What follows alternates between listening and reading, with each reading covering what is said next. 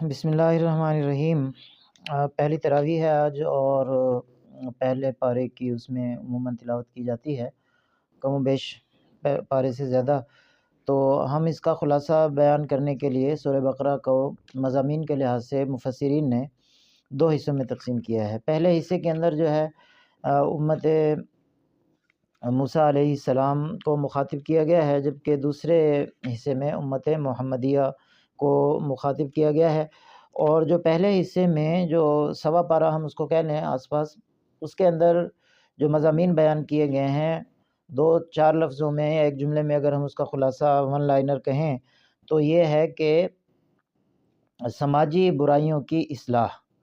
کسی بھی معاشرے میں اور سماج میں پائی جانے والی جو برائیاں ہیں ان کی اصلاح اس پہلے سوا پارے کے اندر کی گئی ہے،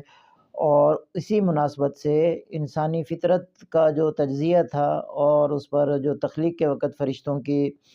جو اللہ تعالیٰ نے رائے ان سے طلب کی تھی، اور اس پہ ان فرشتوں کی جو رائے تھی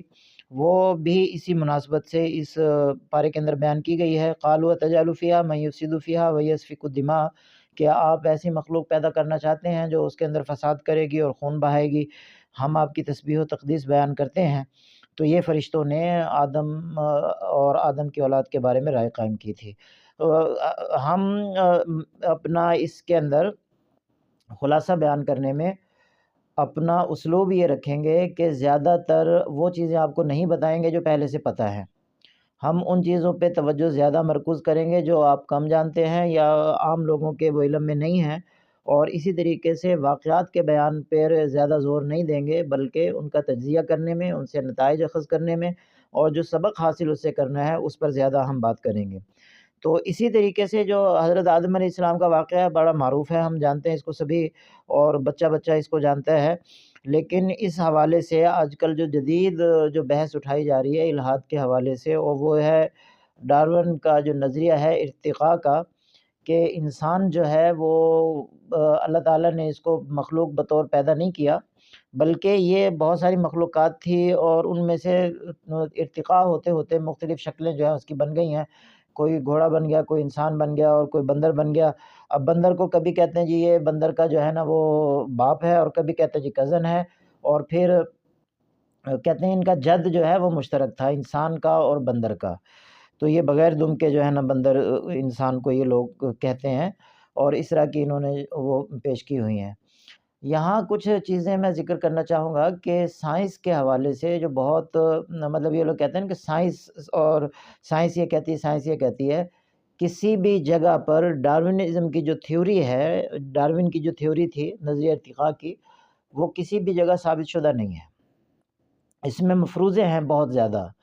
مفروضے۔ مثلا وہ کہتے ہیں جی زرافے کی گردن اس لیے لمبی ہو گئی کہ یہ ایسی جگہ میں تھا جہاں درخت اونچے تھے، لہٰذا اس کو ضرورت تھی کہ اونچے درختوں سے پتے کھا سکے، اس نے اپنی گردن کو اونچا کیا، پھر مزید اونچا کیا، تو اس طرح ہوتے ہوتے وہ گردن کھنچ گئی اور لمبی ہو گئی۔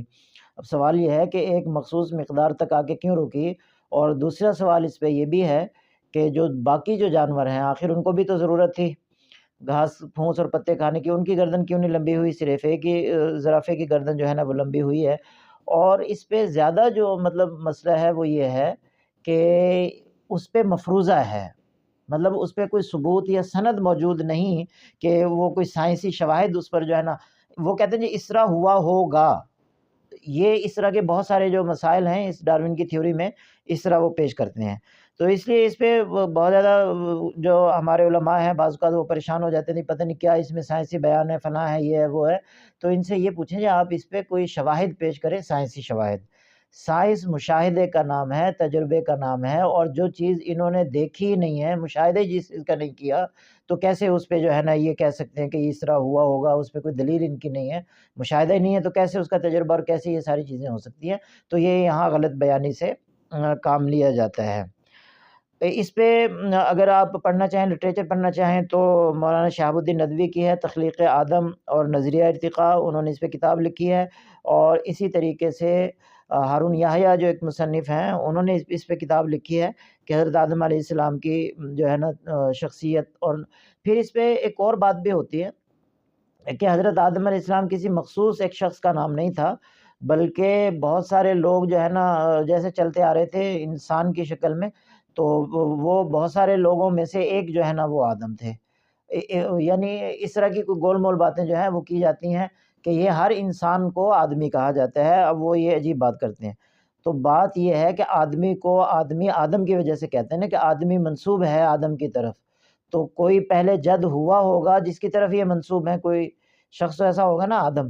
جس کی طرف یہ منسوب کیا جائے، تو اس طرح کے مغالطے بھی اس کے اندر پھیلائے جاتے ہیں۔ اور ایک اور بات بھی اس پہ کی جاتی ہے کہ نبوت بھی جو ہے وہ حضرت آدم علیہ السلام جو ہے وہ نبی نہیں تھے، حالانکہ قرآن کریم میں کہا ان اللہ اصطفیٰ آدم و نوح، یہ قرآن کریم کی آیات ہیں۔ دوسری جگہ فتلقى آدم من ربہ کلمات فتاب علیہ، یہ بھی فرمایا، اور اسی طرح کہ فرمایا لأحتنکن ذریتہ الا قلیلا، کہ میں اس کی ذریت کو جو ہے نا وہ کھینچنے کی کوشش کروں گا، شیطان نے کہا تھا۔ تو پھر اس کا مطلب یہ ہے کہ کوئی مخصوص شخص تھا، تبھی تو کہا جا رہا ہے کہ حضرت آدم علیہ السلام جو ہے وہ کوئی ایک خاص شخصیت کا نام ہے، خاص شخص کا نام ہے، متعین شخص کا نام ہے،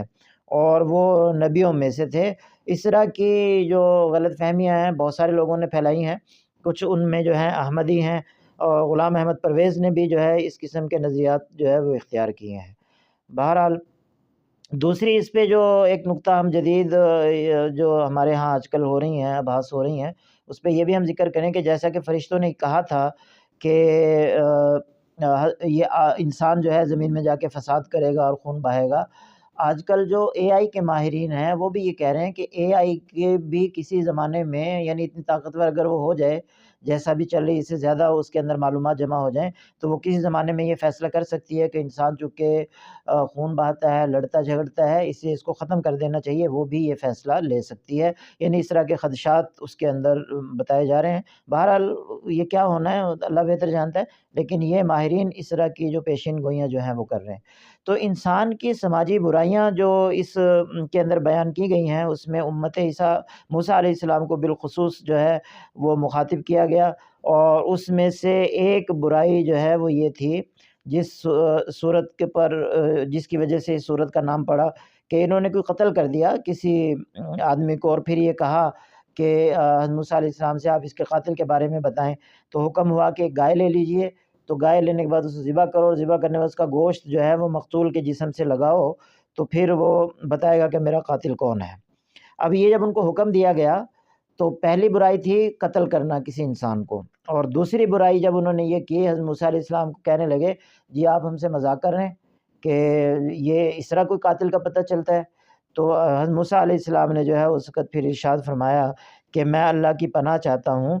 کہ اللہ کے احکام کے بارے میں اس طرح کی کوئی بات کروں کہ اس میں مذاق کا پہلو اختیار کروں۔ تو پھر تیسری برائی اس کے اندر جو ہے کیا سماجی جو ہوتے ہیں جیسے رویے انسان کے، تو کہنے لگے اچھا وہ گائے کا رنگ کیسا ہو، اس کی رنگت کیسی ہونی چاہیے، عمر کیسی ہونی چاہیے، یہ سارے سوال کرتے چلے گئے اور اپنے لیے پابندیاں جو ہیں وہ بڑھاتے چلے گئے۔ اور ایک حدیث صحابہ کرام بیان کرتے ہیں کہ ہم نبی کریم صلی اللہ علیہ وسلم سے بہت کم جو ہے وہ سوال کیا کرتے تھے، یعنی جو کہا وہ مان لیا، تو اس پہ کٹ حجتی کرنا یہ عقل مند لوگوں کا شیوا نہیں ہے۔ اگر کسی نے آپ کو نصیحت کی ہے، ہمدردی کی بات کی ہے، تو اس کی بات مان لینی چاہیے۔ ایک اور برائی جو بیان کی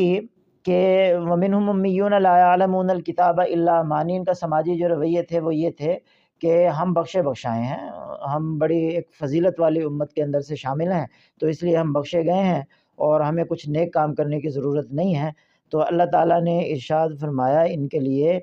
کہ الا امانیہ، یہ صرف ان کی جو ہے تمنائیں ہیں، آرزویں ہیں، وَإِنَّهُمْ إِلَّا يَظُنُّونَ، اور یہ صرف ان کے گمان ہیں، اٹکل پچو ہیں ان کے، اور اس کی کوئی حقیقت نہیں ہے۔ اس طرح کی خام خیالیوں میں مبتلا رہنا اور احساس برتری کے اندر مبتلا رہنا، بلکہ جنت اور جہنم کا اور دوسرے جو چیزیں ہیں ان کا فیصلہ جو ہے وہ اعمال پر ہوگا کہ کس طریقے سے کس کے عمل ہیں، اچھے عمل ہیں تو اچھے، اور اگر برے ہیں تو برے ان کے ساتھ جو ہے۔ ایک اور پھر تھا کہ حضرت جبریل علیہ السلام کو یہ متون کیا کرتے تھے، یعنی وہی بات ہے کہ اگر کوئی ہمدردی کی اور نصیحت کی بات کرے تو اس کو الٹا جو ہے وہ کہنے لگے جی یہ فرشتے جو ہے نا ہمارے اوپر سخت احکام لے کے آتے ہیں، تو ان کے حوالے سے انہوں نے پھر بغض پال لیا حضرت جبریل علیہ السلام کے حوالے سے۔ جادو ٹونے کے اندر شروع ہو گئے یہ معاملات، تو یہودیوں کے اندر اور امت موسیٰ علیہ السلام کے اندر یہ برائیاں جو ہیں وہ پائی جاتی تھی، ان پر متنبع کیا گیا ہے اس وجہ سے کہ تاکہ امت محمدیہ جو ہے وہ ان سے باز رہ سکیں اور وہ ان برائیوں سے بچی رہے اور ان قباحتوں کے اندر نہ پڑے جو یہ قباحتیں ان لوگوں کے اندر آ گئی ہوئی تھی۔ اور پھر دوسری برائی یہ تھی کہ برائیوں کے باوجود احساس برتری کے اندر مبتلا رہنا، ایک یہ برائی۔ اس سے زیادہ جو معاملہ جو ہوا ہمارے جو مسلمانوں کے اندر، وہ یہ ہوا کہ انہوں نے ان برائیوں کے باوجود ان لوگوں کی جو احساس برتری کا جو ایک تصور تھا اس کو انہوں نے بڑھاوا دیا۔ آج کل لوگ کہتے ہیں جی فلاں قوم کے پاس سب میڈیا ہے، فلاں کے پاس ساری تجارت ہے، دنیا کے معاملات جو ہیں وہ فلاں کے کنٹرول میں ہیں، اور پھر یہ بھی کہا جاتا ہے ہمارے کچھ اسلامی جو اپنے اخبار تھے جو خود کو اسلامی کہلواتے تھے، ہفتہ روزہ روزنامہ کچھ یعنی اس طرح کا جو پرنٹ میڈیا تھا، انہوں نے نقشے بھی چھاپے۔ اب وہ نقشے بھی جو ہے بذات خود انہی لوگوں کے جو ادارے تھے ان سے اٹھائے ہوئے تھے، اور پھر انہوں نے مسلمانوں کے اندر یہ ایک احساس برتری کا تصور رائج کر دیا اور مرعوب کر دیا مسلمانوں کو۔ اب بھی بہت سارے لوگ جو ہے وہ ڈراتے رہتے ہیں۔ سوال یہ ہے کہ اگر بالفرض والامکان ان کے پاس طاقت زیادہ ہے، ان کے پاس دنیا کے وسائل زیادہ ہیں، تو آپ نے اس معاملے کے اندر کیا پیش رفت کی ہے؟ آپ کتنی محنت کر رہے ہیں؟ کیا آپ کا فریضہ یہاں پہ ختم ہو جاتا ہے کہ آپ نے صرف ڈرا دیا مسلمانوں کو اور اس کے بعد آپ جھاڑ کے بیٹھ گئے کپڑے اور آپ نے چند لکیریں اور کالم کھینچ کے لکھ مارا اور اپنے فریضے سے آپ جو ہے وہ سبکدوش ہو گئے؟ ایسا بالکل نہیں ہے، اور اس سے نقصان ہوا تھا لوگوں کے، وہ ابھی تک جو ہے وہ اسی تخیل کے اندر اور تصور کے اندر جی رہے ہیں، اسی ایک خوف کی فضا کے اندر ہیں۔ تو حوصلہ بڑھانے کی ضرورت ہے، حوصلہ شکنی کی ضرورت نہیں ہے۔ بھائی وہ لوگ اگر کوئی بھی کر رہا ہے تو کمپٹیشن کا دور ہے، آپ بھی کرو، آپ کو کس نے منع کیا ہے؟ آپ بھی وہ وسائل اختیار کرو، صحافت میں بھی کرو، تجارت میں بھی کرو، باقی معاملات کے اندر بھی کرو۔ تو صرف ڈرانا کام نہیں ہے بلکہ وہ اس پہ عمل کرنا یہ ہمارا کام ہے۔ تو یہ پہلے سوا پارے کے اندر جو چیزیں تھیں وہ ہم نے بیان کر لی ہیں، یعنی اس پہ ایک نظر ڈال لی ہے، ہم یوں کہہ سکتے ہیں موٹی موٹی سی۔